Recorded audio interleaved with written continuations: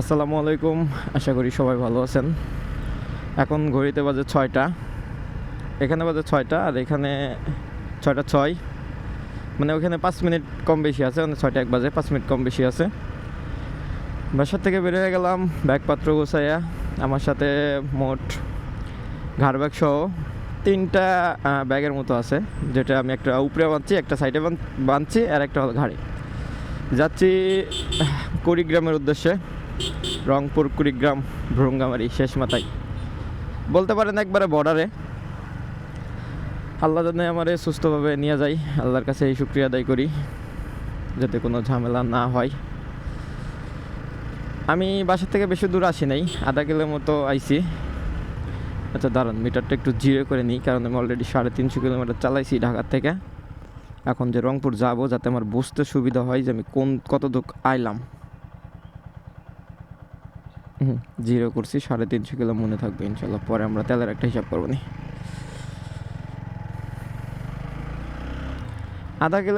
আধা কিলোমিটারের মতো আইছি। আর এটা হলো আমাদের একটা বাজার। আমাদের এখান থেকে মেন রাস্তা 6 কিলোমিটার দূরে।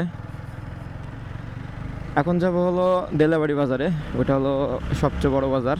ওই বাজার থেকে আমরা মেন রাস্তা উঠবো, কারণ ওইখানে হলো মেন রাস্তা, রাজশাহী টু নওগাঁ হাইওয়ে। নওগাঁ হয়ে বগুড়া হয়ে, তারপরে রংপুর হয়ে কুড়িগ্রাম হয়ে, তারপরে ভ্রঙ্গামারি। দূর আছে ভাই, 250 কিলোমিটার আমাদের বাড়ি থেকে। ওইখানে আমাদের আত্মীয় স্বজনের বাড়ি আছে, কার বাড়ি আছে সেটা বললাম না, বাট আত্মীয় স্বজন। ওইখান থেকে আবার যাব হলো ঢাকা, আজকেই না, অন্য কোনো দিন। ওইখানে 2 দিন থাকার পরে ইনশাল্লাহ ওইটারও একটা ব্লগ বানানোর চেষ্টা করব।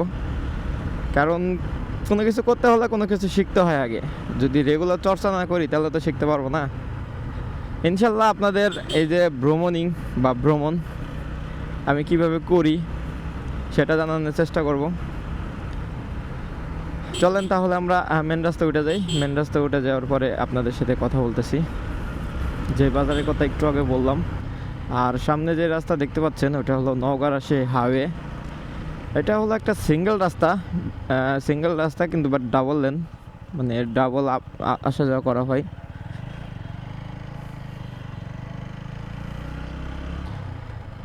উপরে লেখা আছে দিবর দিঘি, ট্রাফিক আইন মেনে চলুন। এই রাস্তা দিয়ে এখন আমি সোজা একবারে চলে যাব নওগাঁ এক টানে। আর যদি পিছনে যাওয়া হয়, যদি আমি ওদিক দিয়ে বামে যাইতাম তাহলে হয়তো রাজশাহীর দিকে যেতে পারতাম। এখন আমি যাব সোজা নওগাঁ। এখন যেহেতু সকাল, রাস্তা মোটামুটি ফাঁকা থাকে। বাজারটা পার হলে রাস্তা হয়তো সেরকম থাকে না। আর সকালেও গাড়ি খুব কম চলে। আমি বেশি স্পিডে যাব না, আস্তে ধীরে যাওয়ার চেষ্টা করব।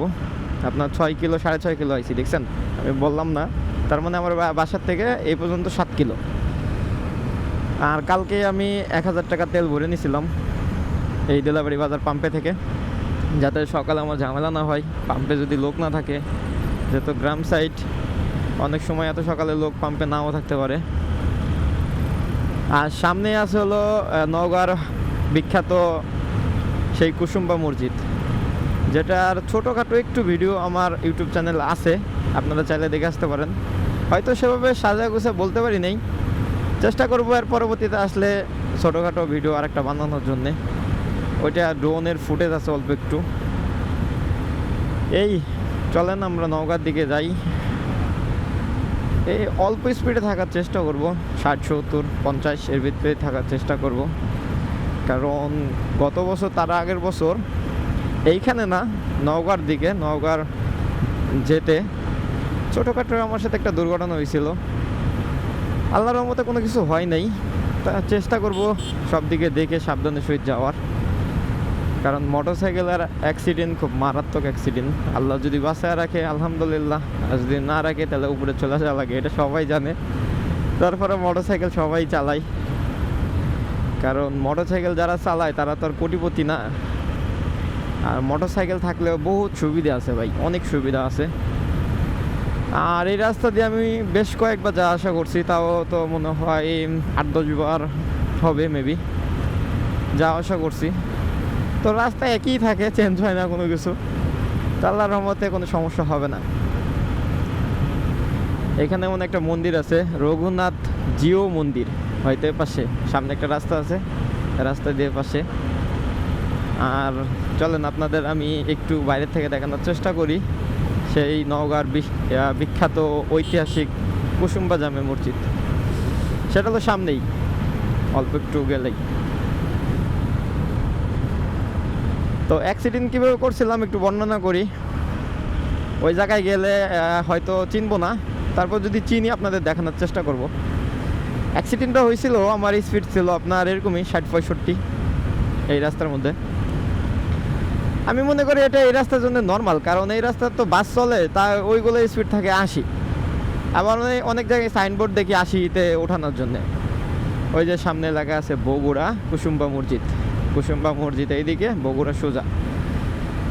তো 60-65 স্পিড ছিল, পিছনে আমার আব্বা ছিল, একটা ব্যাগ ছিল, আর কিছু ছিল না।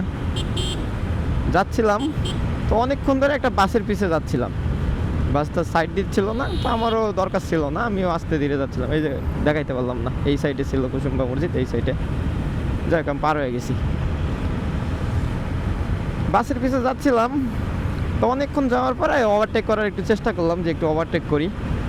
আমি যখন ওভারটেক করা শুরু করলাম, পিছন থেকে একটু মাঝখানে গেলাম, বাস তো এই সাইডে, আমি মাঝপথে গেছি ওভারটেক করার জন্য। তো ওই সাইড থেকে একটা ভ্যান আর একটা মোটরসাইকেল আসতেছিল, যেটা আমি দেখছি ওই মোটরসাইকেলও আমাকে দেখছে। আমি কয়েকবার ওনাকে ডিপারও দিছি যাতে উনি ওভারটেক না করে, উনি যাতে ভ্যানের পিছেও থাকে।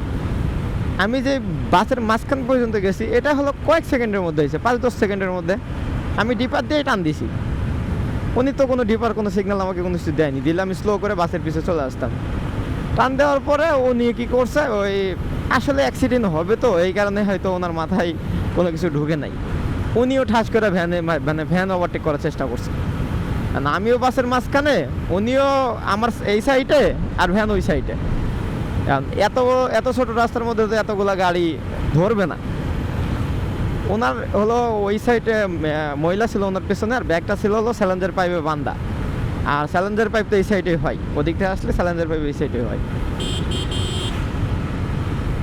ওনার স্যালেঞ্জার পাইপের সাথে আমার এই পাড়া বাড়ি খাইলো, ডাইন পাড়া।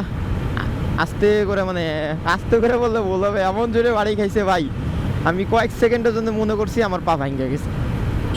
মানে কয়েক সেকেন্ডের জন্য আমার মনে হয়েছে আমার পা ভাঙ্গে গেছে একবারে।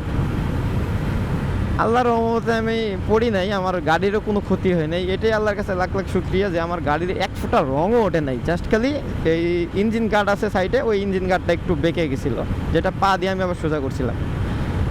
আমি মনে করছি কোনো কিছু হয় নাই, যেহেতু আমি পড়ি নাই, ওই ভাই মনে হয় পড়ে নাই। আমি একটু সামনে গেলাম, 200 মিটার সামনে যা, মানে পায়ের ইয়াতে আমি একটু ব্রেক করে সাইডে দাঁড়াইলাম। আব্বা আমার পিছনে ছিল, হালকা একটু আব্বা পায়ে ব্যথা হয়েছে। আহমরি দুজনের কারোই কোনো ক্ষতি হয় নাই। পরবর্তীতে ব্যথার ট্যাবলেট খেলে ব্যথা ভালো হয়ে গেছে।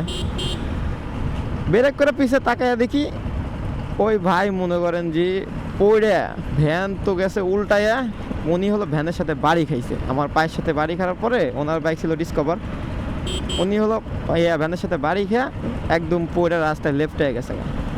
ওনার যে ব্যাগ ছিল, যেই ব্যাগটা আমার পায়ের সাথে বাড়ি খাইছে, ওই ব্যাগটা ডাইরেক্ট ছিঁড়ে গেছে। আমি আবার কি করলাম, নামলাম, নামে আবার ওদিকে যাওয়া শুরু করলাম। কোন থেকে একটা দালাল চলে আইছে, দালাল এসে আমাকে বলতেছে, এই তুই অ্যাক্সিডেন্ট করছো শোনে? আমি বললাম জি করছি। ওটা আমার দুলাভাই হয়, যে জরিমানা দে। আমি বললাম কি এর জরিমানা ভাই, অ্যাক্সিডেন্ট তো আমি করি না, অ্যাক্সিডেন্ট তো উনি আমার সাথে করছে। আমি ওভারটেক করার সময় ওনাকে আমি সিগন্যাল দিয়েছি, উনি যদি সিগন্যাল না মানে এটা কি আমার দোষ? আর আমি হলো যে ড্রাইভিং বুঝি না এমন তো না, এভাবে তর্কাতর্কি হইতেছে যে ড্রাইভিং বুঝি না এমন তো না। আমি ঢাকা থেকে আসি প্রায়, কই আমার সাথে তো আল্লাহর রহমতে কোনো অ্যাক্সিডেন্ট হয় না। এভাবে একটা তর্কাতর্কি হইতেছে। পরে কাছে গেলাম, আমি বললাম জরিমানা দেবো, আমি আগে কাছে যাবো।